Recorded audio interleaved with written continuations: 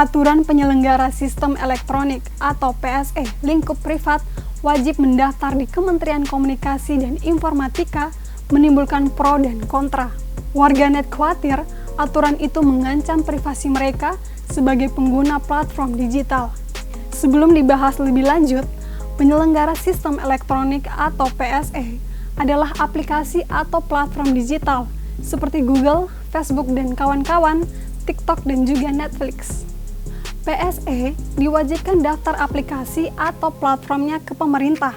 Ini didasari peraturan pemerintah nomor 71 tahun 2019 tentang penyelenggaraan sistem dan transaksi elektronik dan juga diatur dalam peraturan Menteri Komunikasi dan Informatika nomor 5 tahun 2020 tentang penyelenggara sistem elektronik lingkup privat. Namun, Permen Kominfo nomor 5 tahun 2020 dinilai bermasalah hingga bisa mengancam privasi warganet.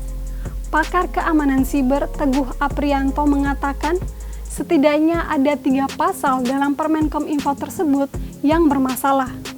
Mulai dari mengganggu privasi pengguna hingga membatasi kebebasan berekspresi dan berpendapat warganet di sosial media.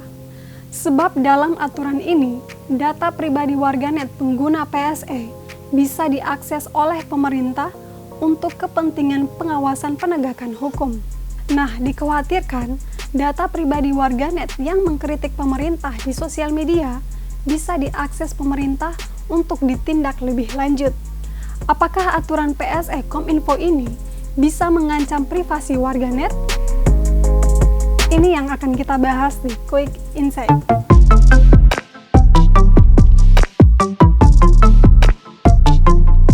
Permen Kominfo nomor 5 tahun 2020 sudah diterbitkan sejak 2 tahun silam. Perbincangan soal Permen Kominfo yang dianggap bermasalah tersebut kembali mencuat ke publik setelah Kominfo mengancam memblokir Google, Facebook, dan kawan-kawan jika tidak mendaftar PSE. Pakar keamanan siber Teguh Aprianto menyoroti aturan pendaftaran PSE dalam Permen Kominfo tersebut. Menurutnya, pendaftaran PSE di Kominfo berpotensi mengganggu privasi warganet. Teguh menjabarkan 3 pasal Permen Kominfo nomor 5 tahun 2020 yang menurut dia bermasalah kalau PSE daftar di Kominfo. Pertama, pasal 9 ayat 4 dinilai bisa mematikan kritikan masyarakat. Lalu pasal 14 ayat 3 bisa membatasi berekspresi dan berpendapat. Dan pasal 36 dinilai mengganggu hak privasi pengguna, di mana penegak hukum bisa mengakses konten dan data pribadi pengguna PSE.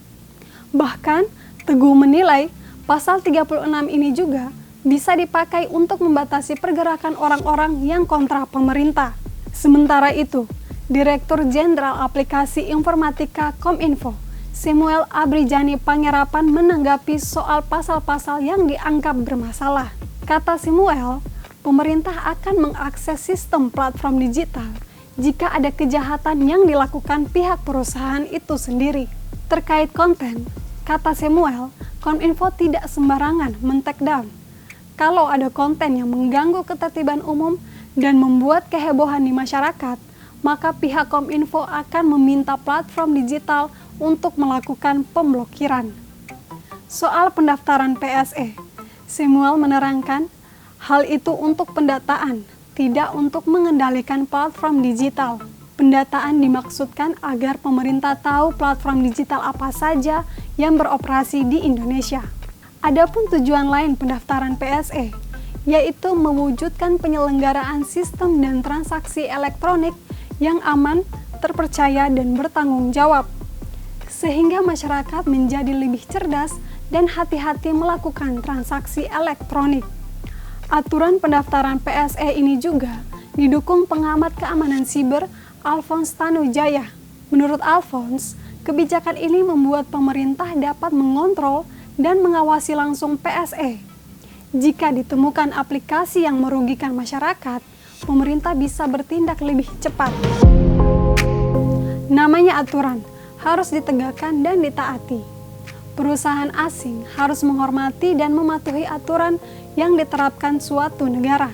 Masyarakat juga sebagai pengguna PSE bisa menuntut pemerintah jika di kemudian hari ditemukan penyimpangan aturan PSE.